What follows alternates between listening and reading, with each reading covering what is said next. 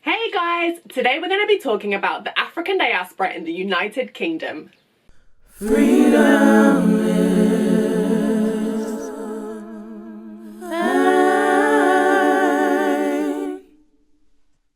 The 2011 British census found that almost 2 million people in the UK identify as black, which roughly translates as 3% of the total population. For those who don't know, the United Kingdom, sometimes referred to as Great Britain, is comprised of 4 distinct nations: England, Northern Ireland, Scotland, and Wales. Together, they make up the United Kingdom. The black presence in the UK dates back to Roman Britain almost 2,000 years ago. DNA testing of skeletal remains found in the UK, such as the Ivory Bangle Lady and the Beachy Head Lady, prove the presence of people of African descent from that time period. Black people began settling in the UK in significant numbers from the 16th century onwards, with the inception of the transatlantic slave trade. In King Henry VIII's court, there was a black trumpeter called John Blank, who was depicted twice in the 1511 Westminster Tournament role. The vast majority of enslaved Africans trafficked by the British Empire did not labour on British soil. Between them, Portugal and Britain dominated the transatlantic slave trade, accounting for roughly 70% of all Africans transported to the Americas. Britain alone trafficked an estimated 3.1 million Africans, of which 2.7 million survived the journey.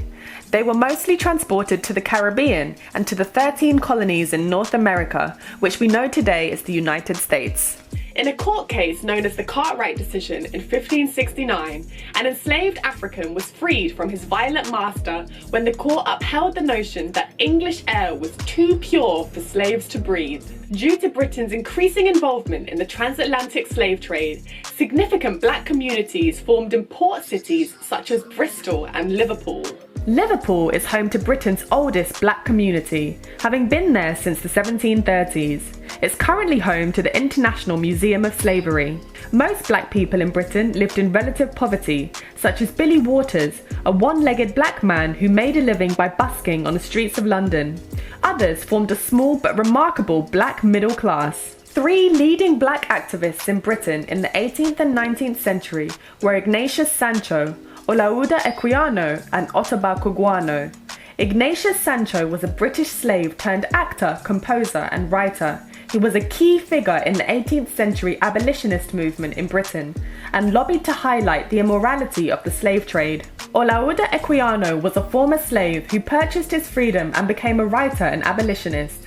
He was a leading figure in the abolitionist movement in Britain and is best remembered for his 1789 memoir called The Interesting Narrative of the Life of Olaudah Equiano, which became a bestseller around the world. Equiano joined forces with Ottobah Cugoano. Ottobah was also a writer and abolitionist and wrote Thoughts and Sentiments on the Evil and Wicked Traffic of the Slavery and Commerce of the Human Species, published in 1787. Together with other educated black freedmen in London, Equiano and Cugoano formed Sons of Africa, an abolitionist group who frequently petitioned newspapers. A key turning point in the British slave trade was the 1781 Zong massacre. When supplies of drinking water ran low aboard the slave ship Zong, the crew threw 130 enslaved Africans overboard in order to claim insurance on their product.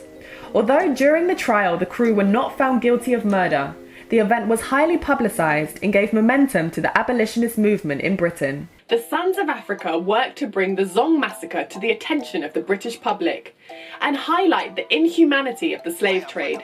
Their sustained activism heavily contributed to achieving the British Slave Act of 1807, which abolished slavery in Britain and was spearheaded by William Wilberforce. By 1834, slavery was also abolished in the British Empire. What many people don't know, however, is that the British government compensated the slave owners for the loss of their property with a collective £20 million. The end of the slave trade meant a decline in the size of the black population in Britain. Although black people lived free from slavery, their lives were heavily restricted by racist attitudes, fueled by a rise in popularity of scientific racism. Scientific racism was a movement that flourished in Britain, arguably triggered by Darwin's theory of evolution, which sought to scientifically prove that white people were more intelligent and genetically superior to black people, who were considered genetically closer to apes. In spite of this, several high-profile black people were able to ascend to the British middle class. These included Ira Aldridge, the esteemed Shakespearean actor who travelled all over Europe and was held in high regard. Pablo Fanke, real name William Darby, was a circus owner and equestrian performer from Norwich in England.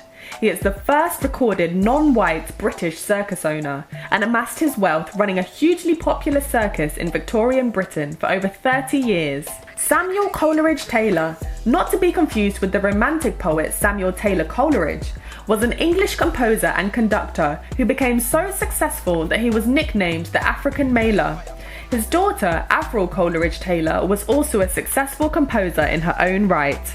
Mary Seacole was a Jamaican-British nurse famous for risking her life to tend to wounded British soldiers during the Crimean War. She was initially turned away by the British Army and so travelled to Crimea independently and set up her own medical facility. Her legacy is often overshadowed by her white contemporary Florence Nightingale, the most famous British nurse to serve during the Crimean War. Perhaps the most extraordinary story of a black British person in Victorian England is that of Sarah Forbes Bonetta, who was the goddaughter of Queen Victoria herself. Sarah, whose birth name was Aina, was a West African Yoruba princess who was orphaned during intertribal warfare and gifted to Queen Victoria. Queen Victoria was so impressed by Sarah's exceptional intelligence that she raised her as her goddaughter.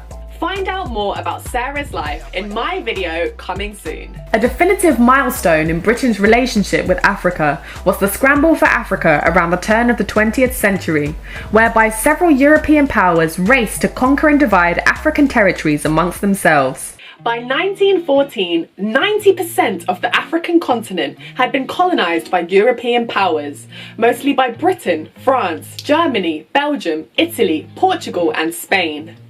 As a result, when World War I broke out in 1914, the battlefield was not just restricted to Europe. Millions of African soldiers fought and died on behalf of the European colonial powers to defend their African colonial territories. African, Afro-Caribbean and black British soldiers were also deployed to fight for the British on European soil. Many of them died in service to Britain. Walter Tull was a highly esteemed professional footballer who served in the Middlesex Regiment as second lieutenant and was killed in action in 1918, just months before the war came to an end. Both the First and Second World Wars saw a greater influx of Africans and Afro-Caribbeans migrating to the UK, increasing the size of Britain's black community. The greatest single influx came in 1948 when the cruise ship Empire Windrush sailed from Jamaica to London carrying 1,027 passengers. This gave rise to the term the Windrush generation, the 500,000 Caribbean migrants who emigrated to Britain between 1948 and 1971, seeking employment. In 2018, an event known as the Windrush scandal dominated the British headlines, as hundreds of Afro-Caribbean migrants from the Windrush generation were told that having spent most of their adult lives in the UK, they now faced losing their jobs and even being deported if they couldn't prove their right to remain in Britain. This was further complicated by the fact that the Home Office had not kept comprehensive records of those who had been granted leave to remain, and in 2010 it had destroyed many of the landing cards belonging to Windrush migrants. As a result, several Windrush settlers, many in advanced stages of life, were wrongly questioned, detained and even deported back to the Caribbean. The scandal was brought to the British public's attention and an inquiry was launched, but at present the majority of those who have been promised compensation are still yet to receive it. June 22nd, 2019 was celebrated across the nation as the first ever Windrush Day, in homage to the Windrush generation and their contribution to British society. The large African presence in Britain today in part stems from a wave of migration from Africa to Britain in the 1980s. The African demographic in Britain largely comes from countries that were formerly British colonies, including Nigeria, Ghana, Uganda, Kenya, Zimbabwe, and South Africa. The newspaper The Voice was founded in 1982 and is the only weekly newspaper in Britain written by and dedicated to the black community in the UK. The 1980s also saw the rise of the National Front and the British National Party, far-right fascist political parties in the UK. These parties firmly believed in racial separatism and opposed the influx of migration to Britain. Racial tensions naturally arose and exploded into a spate of race riots throughout the 80s, including the Toxteth riots, Brixton riots, and the Handsworth riots in Liverpool, London, and Birmingham, respectively. These riots were usually triggered by the wrongful arrest or killing of a member of the black community. Although institutional racism and police brutality remain a massive issue in the UK, as a nation, I would argue that we're becoming increasingly inclusive and diverse. Every summer, London hosts the biggest street carnival in Europe, the Notting Hill Carnival. The carnival was founded in 1966 and celebrates Afro-Caribbean culture in the UK.